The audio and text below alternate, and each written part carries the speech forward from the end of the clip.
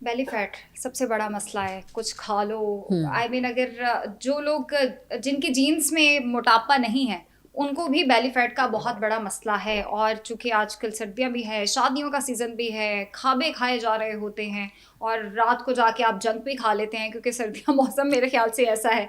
तो belly fat को कम कैसे किया जाए और किन चीज़ों से अवॉइड किया जाए? अच्छा, बेली फैट में सबसे पहली आपने एक चीज़ रूल आउट करनी है, वो है कि कई पेशेंट को फैटी लिवर तो नहीं है। राइट। जब जिगर पे चर्बी आई होती है तो उसमें भी पेट थोड़ा सा बाहर निकला होता है इन्फ्लेमेशन की वजह से।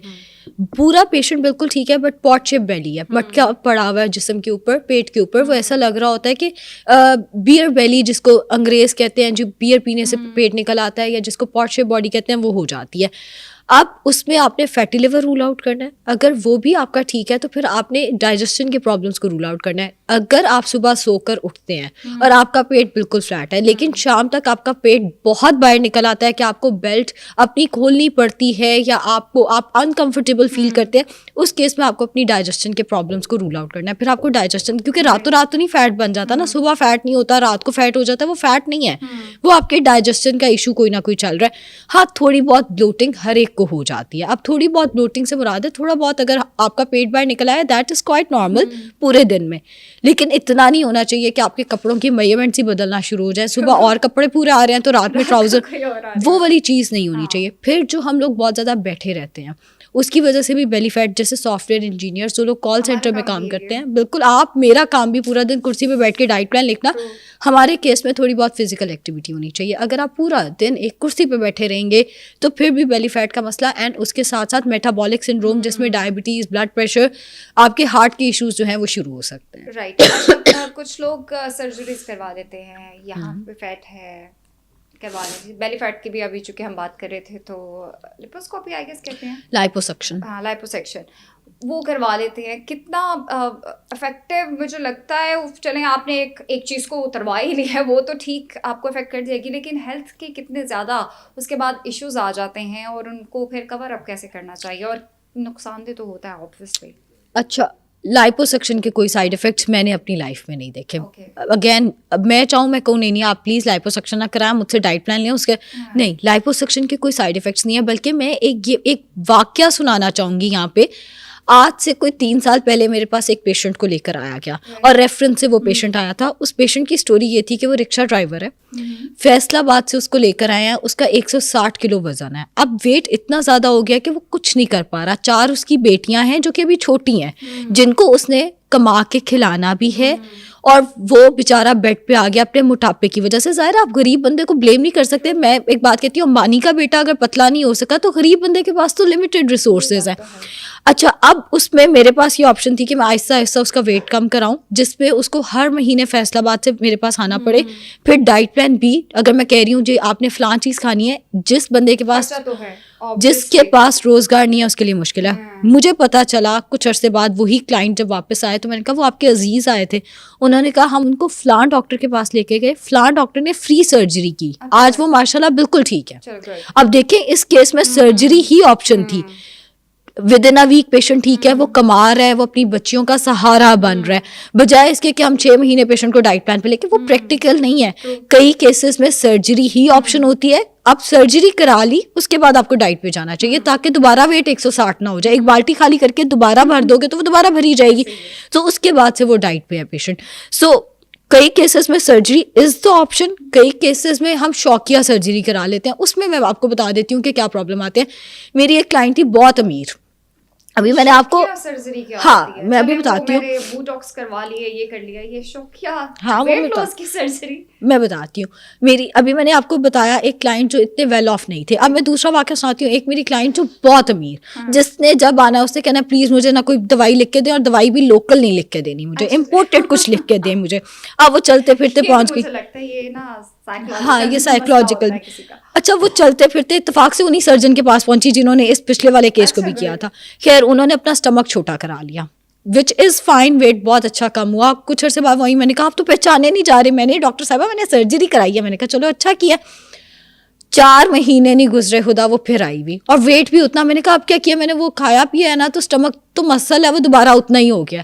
आप देखो, आप आधे को तो आधा नहीं ना कर सकते, आपने पहले अपना स्टमक आधा कराया, अब आप आधे को तो आधा नहीं कराओगे। पूरी उम्र के लिए आपने चीज भी अपनी डैमेज कर ली और उसके बाद आप उसको मैनेज भी नहीं कर सके।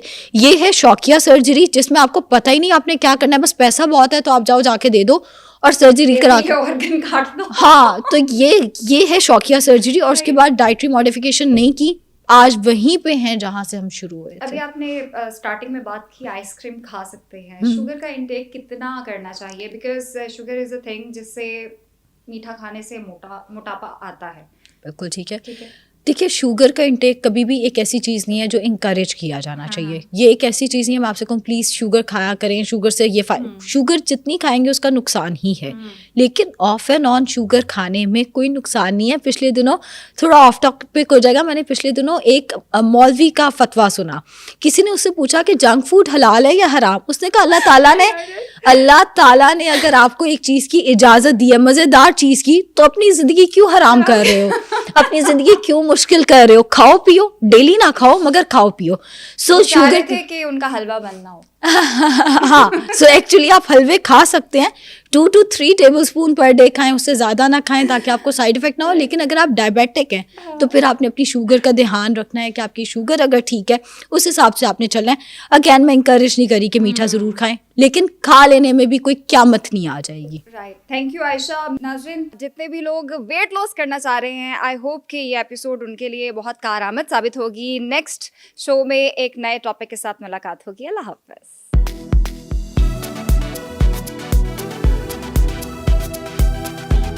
शुगर जितनी खाएंगे उसका नुकसान ही है। फीमेल्स को पाकिस्तान में तकरीबन 1800 कैलोरीज चाहिए होती हैं। वेट लॉस करना चाहते हैं तो आपको कैलोरी डेफिसिट में रहना है। अब क्या फर्क है आइसक्रीम खा के वेट लॉस करने में और क्लीन ईटिंग करके? कीटो डाइट बहुत ही बुरी चीज है। लोगों को नजर आया इससे तो वेट लॉस हो रहा है, लोगों ने अपने ऊपर करना शुरू कर दिया। नाश्ता नहीं किया है और आप ब्लैक कॉफी पी रहे हो या कोई भी कॉफी पी रहे हो, वो डायरेक्ट हिट करती है आपके स्टमक पे। लेकिन अगर आप कॉफी के 10 कप पियेंगे वो आपको साइड इफेक्ट्स ही देगा। कुछ लोगों को कॉफी तेजाबियत का मसला कर सकती है। बेली फैट को कम कैसे किया जाए, किन चीजों से अवॉइड किया जाए? अच्छा, बेली फैट में सबसे पहले आपने एक चीज रूल आउट करनी है, वो है कि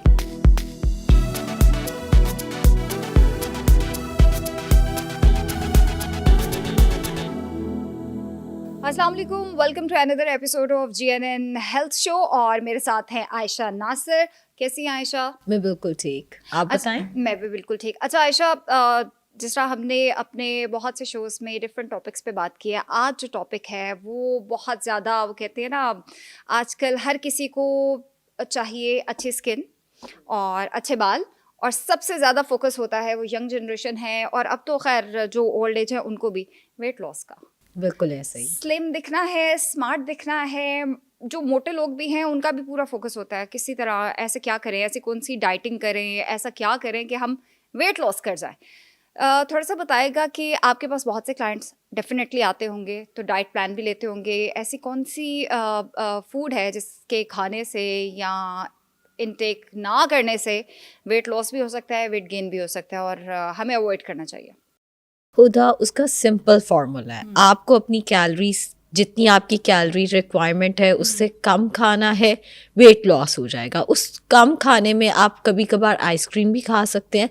अगर आप कैलोरी डेफिसिट में रह के खा रहे हैं, आप आइसक्रीम भी खा सकते हैं, आप मीठा भी खा सकते हैं। अगर आप कैलोरी सरप्लस में जा रहे हैं, जितनी आपकी रिक्वायर्ड कैलोरीज हैं आप उससे ज़्यादा ले रहे हैं, तो आप वेट गेन करेंगे, चाहे उसमें आप क्लीन ईटिंग भी क्यों ना कर रहे हो।